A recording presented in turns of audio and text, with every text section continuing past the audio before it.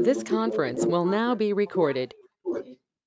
To our open forum, I'd like to start usually by doing the pledge of allegiance, if that's okay with everybody. I pledge allegiance to the flag of the United States of America and to the republic for which it stands, one nation, under God, indivisible, with liberty and justice for all. Thank you. All right, welcome. So we had a list that we were following and we kind of skipped a little bit. On our schedule, we were scheduled to do what this week, Katie? So we're going to do the amendments to the Florida Building Code. So we're going to shift that a little bit. Today we'll actually talk about owner-builder regulations. If you so desire to become an owner-builder, if you wanted to do some work on your own house, what are those rules? I'd also like to talk about what we'll be looking at next month. Very exciting. We'll be doing a topic called Save the Swale.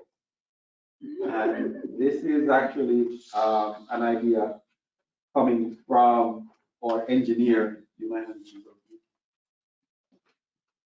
Lisa Tropepi.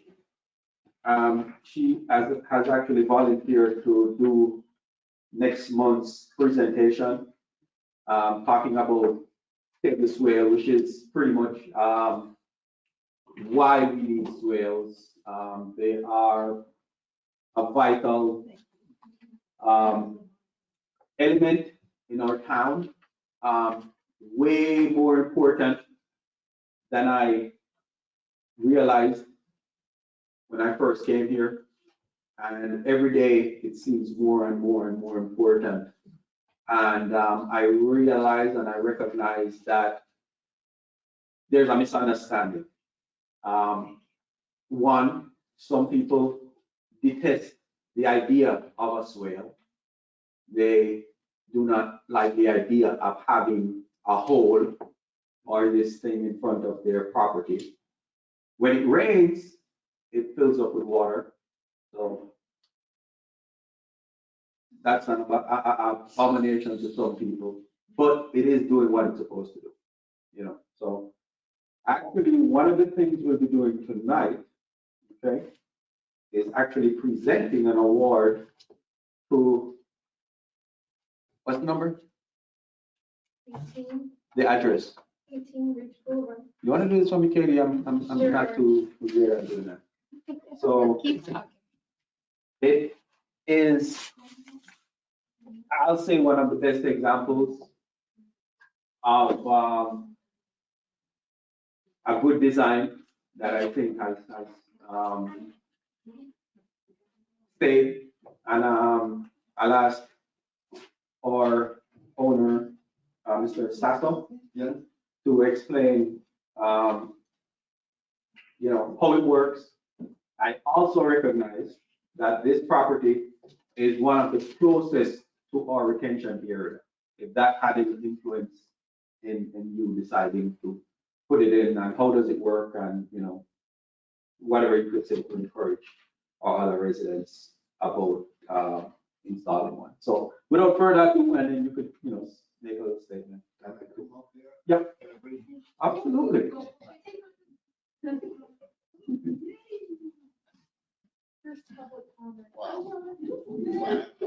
So we'd like to make a presentation from the town to the Sasso family for a well-kept and impressive retention swale detail that you have. Thank you. Thank you.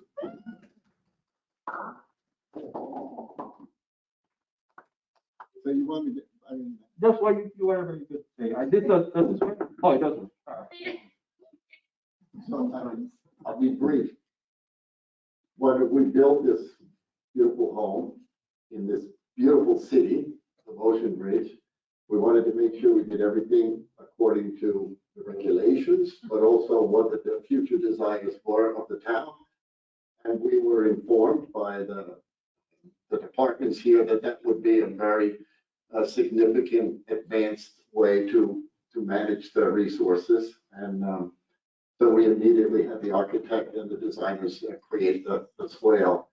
And look, I'm not sure exactly how it works or why it works, but we know that it also prevents water from flooding the streets, which was a major problem on Ridge Boulevard and Midland.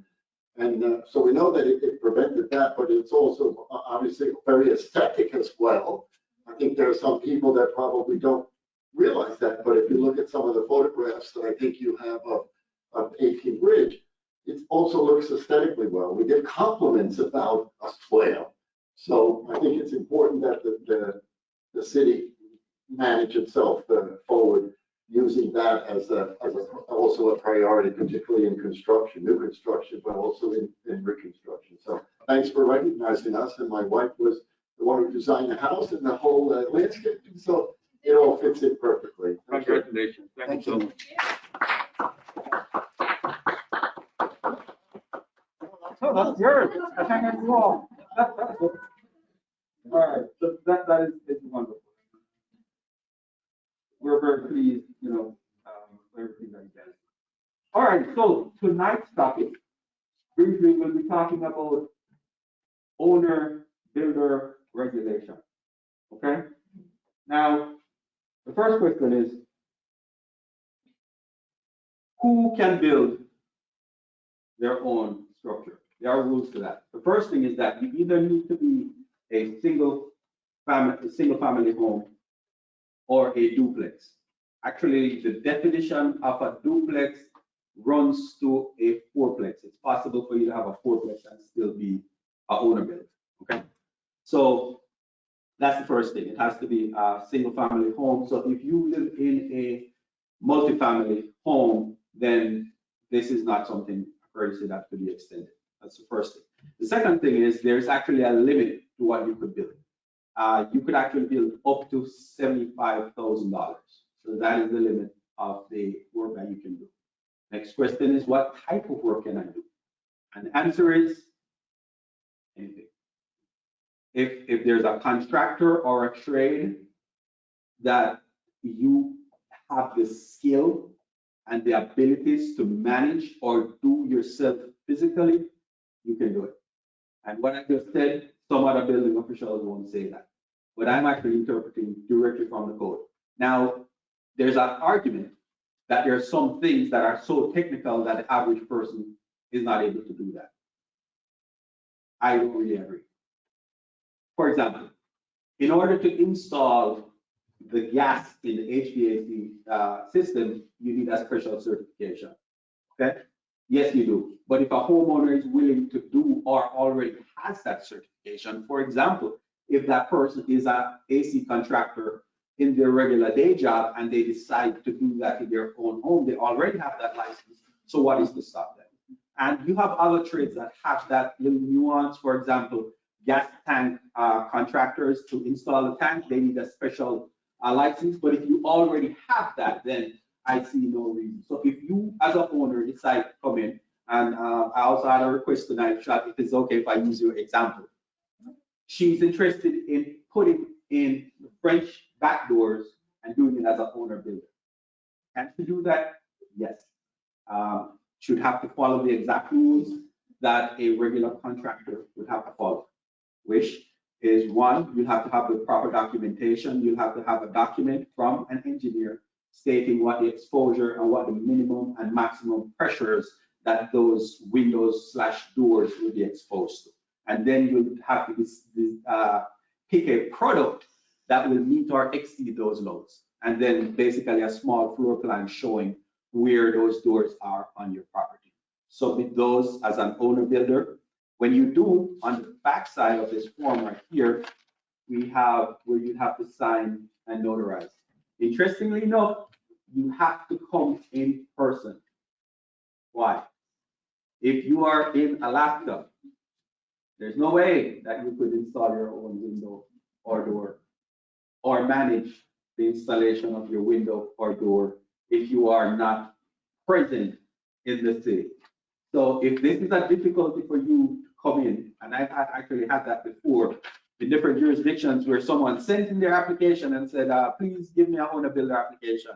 And the rule is no, you need to be in the city, in person, because you're supposed to do it yourself, okay?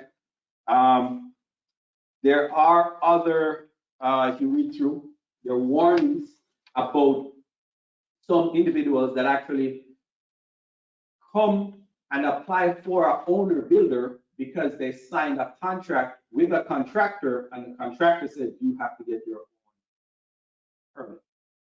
That's the biggest no. If you run into a contractor that tells you you have to do that, I think something's wrong right there, okay? Which is a little segue to what we're really going to get into is how do you select a good contractor, okay?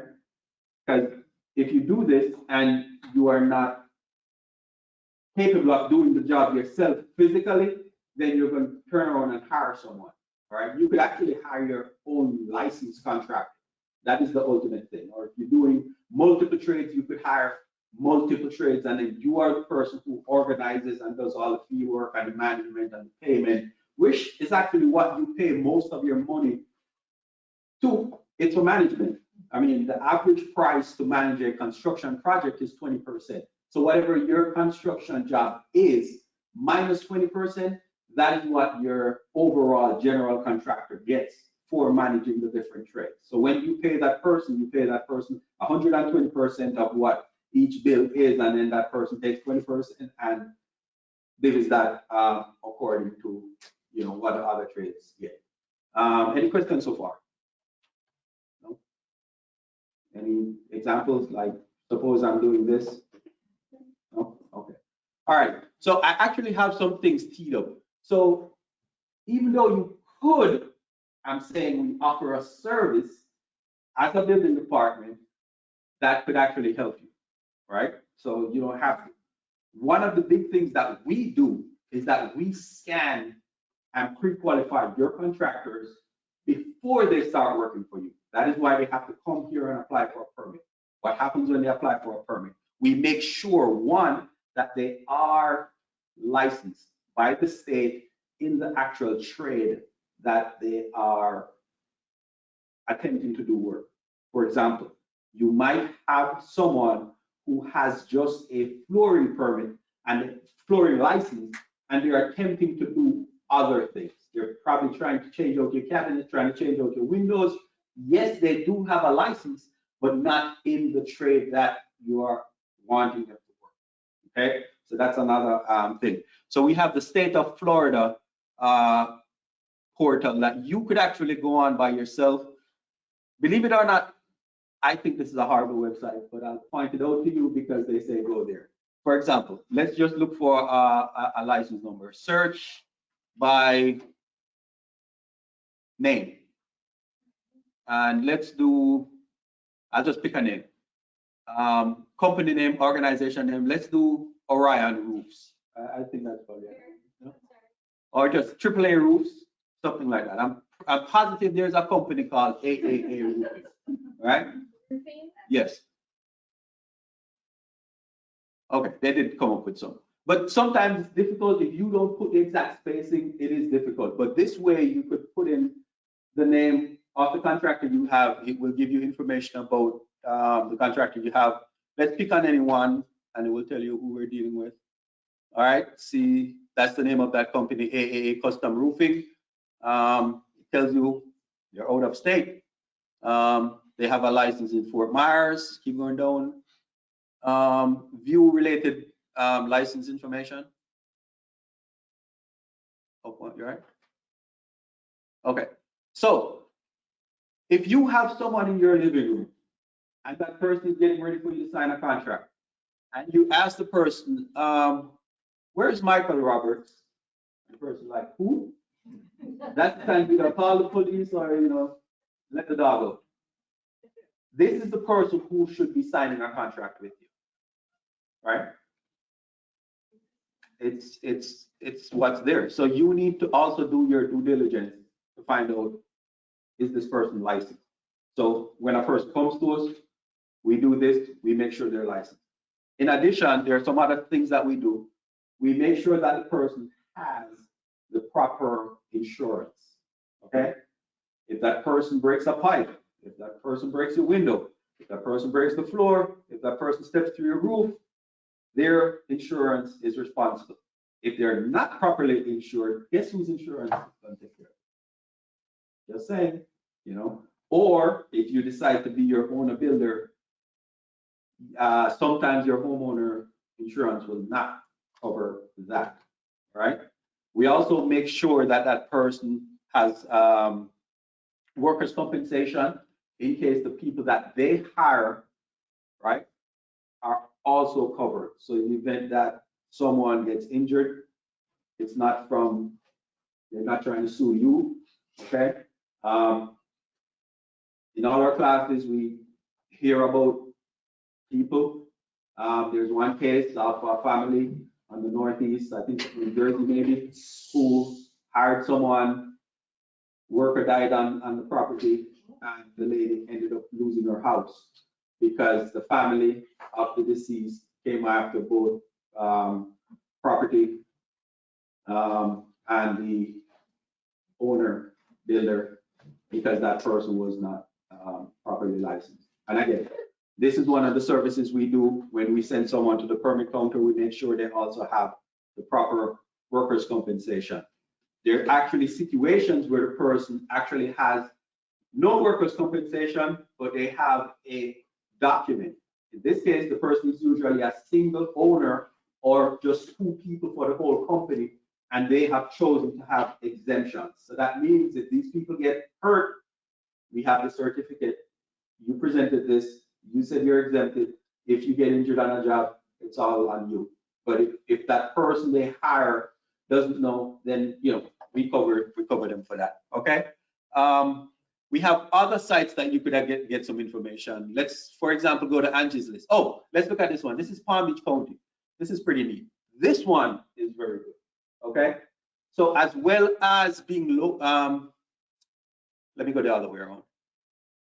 A person, a contractor can actually get a license from a local county. They don't have to go directly to the state.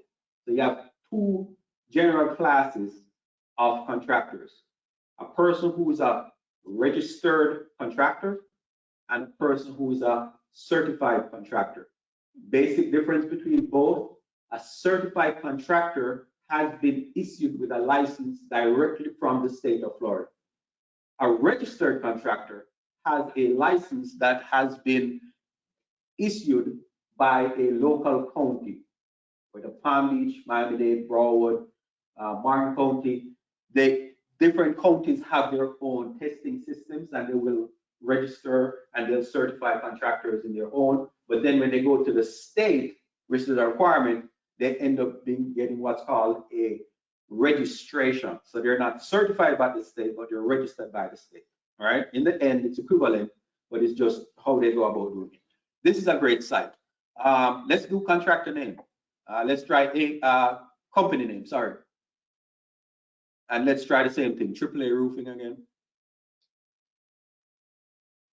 So if somebody's certified in Dade County, they still have to register with the state. Correct. But that provides them access to doing work in Ocean Ridge or Palm Beach County if they're certified in Dade County? Excellent question. The answer is not automatically. Most counties have a reciprocation agreement. So they'll have to come to Palm Beach County, pay a small fee, and then their certification becomes reciprocal. Okay?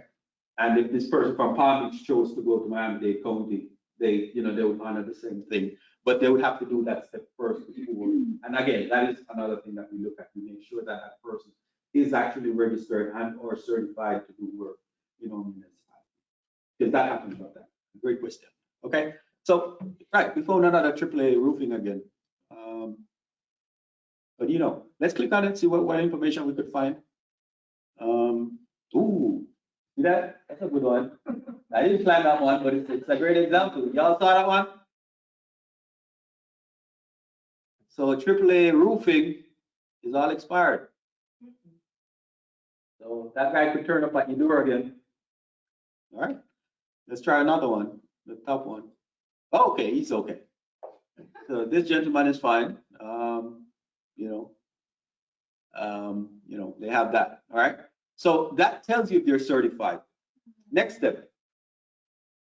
How do we know, that this person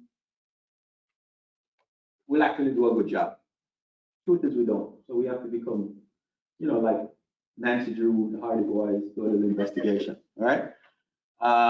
Better Business Bureau. You guys can check there to find out if there are any negatives. Maybe sometimes people put their positive comments, so you could search. This is a private company, I believe, and they do try to solicit contractors to register with them and show their information. So that's one good site. Angie, you guys are aware of this one? This actually was Angie's list. This is a lady that got very, very rich from recommending good contractors to her neighbors. And I think that site probably has been purchased by another one. Home Advisor is a good way of looking up and see what these guys are doing. Okay, so asking your neighbor, that's the biggest one. Okay, how did this contractor do at your property? And they said, hey, he did well. Can I see what they did? If it's a person who's okay, you take a look at the job they did. Or you ask them, how did this contractor do? Well, okay, thank you. You really don't want that person. The person is not eager to refer this person. Well, maybe not. Okay. So, just a few things you could do dealing with contractors. Contracts is the biggest thing, and I'm running out of time, but I wanted to say this quickly. This is not something that we can manage, whether or not you do it as a owner builder or whether you actually pull up permit. What are the terms of your contract? Really, it's up to you. It is. I see a lot of contracts, not very many. I like to pull a Sharpie across the whole. Right? You get a contract, 80% upfront, 10% at the first inspection, 10% at the following inspection. Nope. I cross out that 10 at the end, I put it at the front, you get 10% up front, you get 80% in the end. Okay? You make that decision. Okay? If you have a good contractor, they will not try to front load a job. And if you see that, it is usually a reason to run. Take a Sharpie, mark up your contract. Make sure that there's a big portion at the end. That's the only way you can guarantee that this person will actually do what they said. It's the only way. If you're not satisfied, well, don't pay them the rest of their money. All right? And again, that's not something we can manage. If we come here and we ask for a contract and they send the contract in, it's whatever you guys agree. All right? So that portion is in your hands. And if I say anything tonight, I think that's the most important thing. You are not obligated to accept the portions, the draw schedule that contractor sends to you. You can change it. Get a pen, get a Sharpie, mark it out. I don't like this. I think it's too much upfront. What if I pay you this? It's a negotiation. Okay? And if the person is a really good contractor, that won't work them out. Okay? And if they leave, then it's probably a good idea that I happen for it. Okay? All right. So, I just touched the surface. I kind of bounced all around, but it's a lot I was trying to impart tonight. So we have a question. Please have question. One that's unrelated, I need a variance, so I've spoken to Paula. And so is it wise that I get an attorney to do the paperwork to ask for a variance to build an addition to my home? Oh, okay. That's a good question to ask the building Because official. I don't have to fill out papers, but I think probably. I will always say seek legal advice in everything that you do, whether or not you. I kind of thought. Right. It's always a good idea. And anything you do, you're buying a house, signing a contract, doing a contract with a contractor, it's a good idea to have a lawyer. But we try to make it simple if you choose not. Yeah. I was just gonna say to him, yes, you can choose if you want to speak with your attorney regarding applying for the variance, but I've had homeowners in the past that have done it themselves, if you feel comfortable doing that. samples of others that have done it, so I think I can just, follow a It's up sample. to you. I mean, you as a homeowner, you Yeah. can do pretty much pull everything there. If you have any questions, you can give me a call. Right. It's more related to an easement variance than it is a permit for construction, because. And the same thing, you would ask a neighbor who has gone through the process, especially if they've gone through it recently, to, just ask them how their experience was, and could you help me fulfill this form, or, pretty certain. But always, with everything you do, if you have a good lawyer that will look out for your interests, that's always there. Thank you. Any other questions? So, owner builder up to 75,000 all in, all right? And just please mark up those contracts and make sure that you're comfortably happy and you feel good about it. And don't give away too much upfront, because in the end, if things go sour, you want to be able to hire someone else to finish it up if it doesn't. Okay? We're always here to help and look out. You guys are great. This town does a spectacular job in every respect. So We have a wonderful team that works really hard. I'm And glad thank you so much. lived in this. And thank you so Yeah, much. thank you. You should come say that in public comment. Yeah, no. Yeah, No, I was there in that too, the police and the way, it's amazing. I cried, I think about it, because I'm 71 and I lived in a community. And this is, it's hometown, it's fabulous in every respect. It's wonderful to hear. Yeah, you're her. Yeah. All right, thanks again, guys.